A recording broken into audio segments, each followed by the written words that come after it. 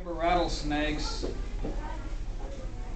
if they don't run into an accident, such as getting run over by an automobile. Automobiles are the major enemies of snakes.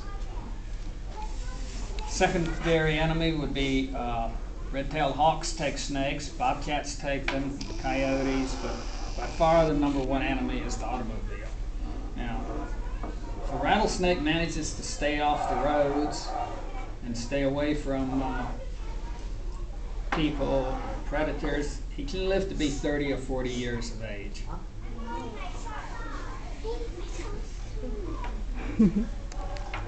They hibernate for 6 months out of the year.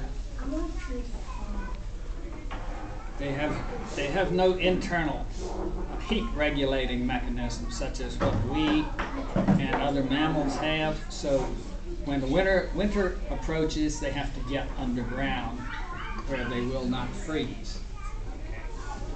So October comes, they return to their ancestral dens where their mothers and grandmothers were born, on back for hundreds of generations.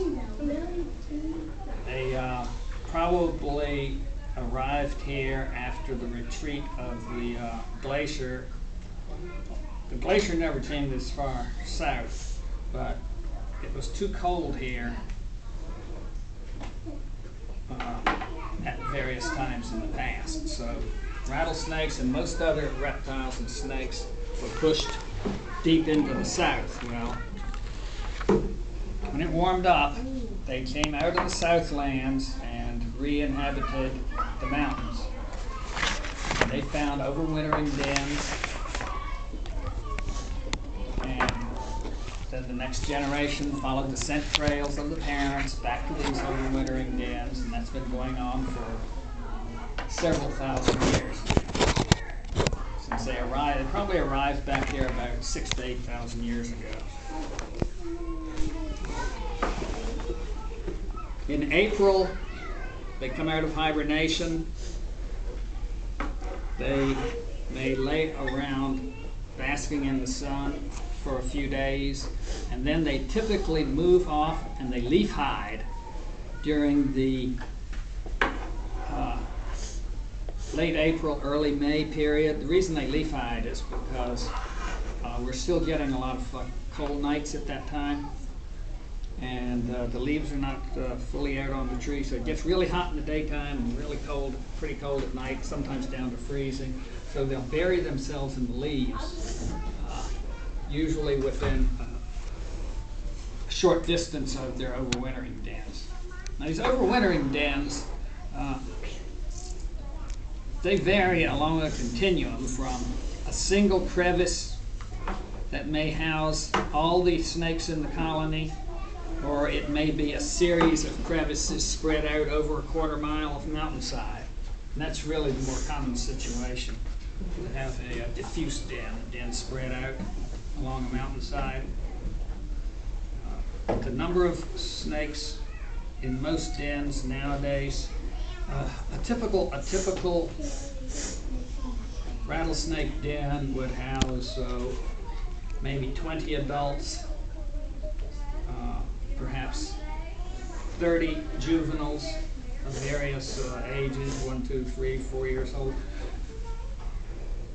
Really the biggest dens, and there are still a few really big dens in remote areas of the Appalachians, especially in northern Pennsylvania, that house 100 to 200 adult rattlesnakes. Our dens around here are in the mountains. They're in Blue Ridge Mountain, which is the range off to the east of us where Shannondale is located. They're also on Sleepy Creek Mountain, which is west of Martinsburg, and they're in some of the mountains in Maryland, the Catoctin Range, for example.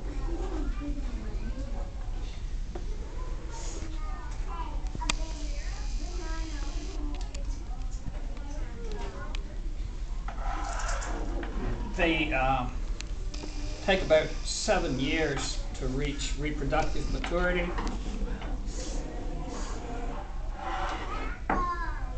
The females come into estrus, meaning that they start yolking up the eggs in mid to late summer, and they go to certain shedding rocks where they will lay there for about 2 weeks when they're in a pre-shed condition, and the males are attracted to them. Apparently they're giving off pheromones, microscopic particles that get in the air, and the male can smell them or taste them in the air, and they follow these pheromones to where the females are shedding, and they wait there for them to shed, and then they mate. And 12 to 13 months later, they give birth. The average number of babies they have is about 8. And they're about as big around as my little finger. Typically about 11 inches long.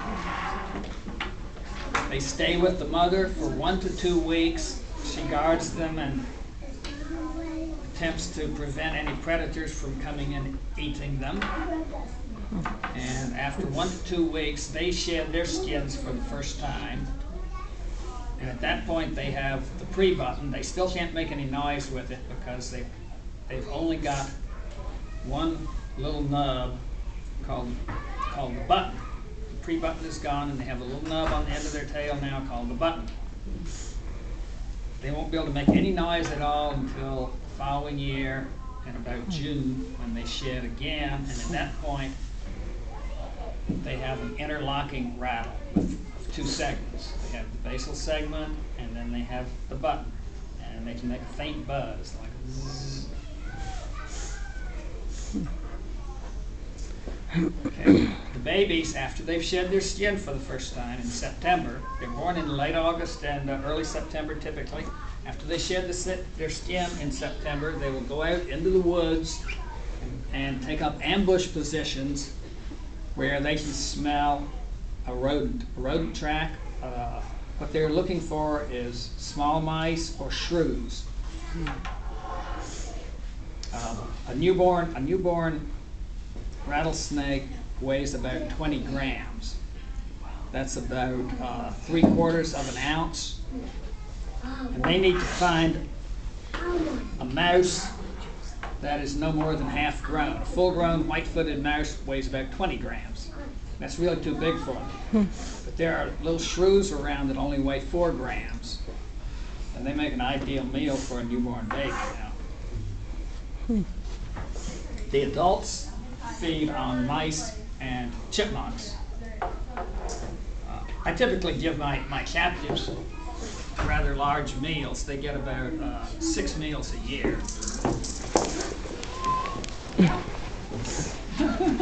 He's not going to bother you. He's scared of us too.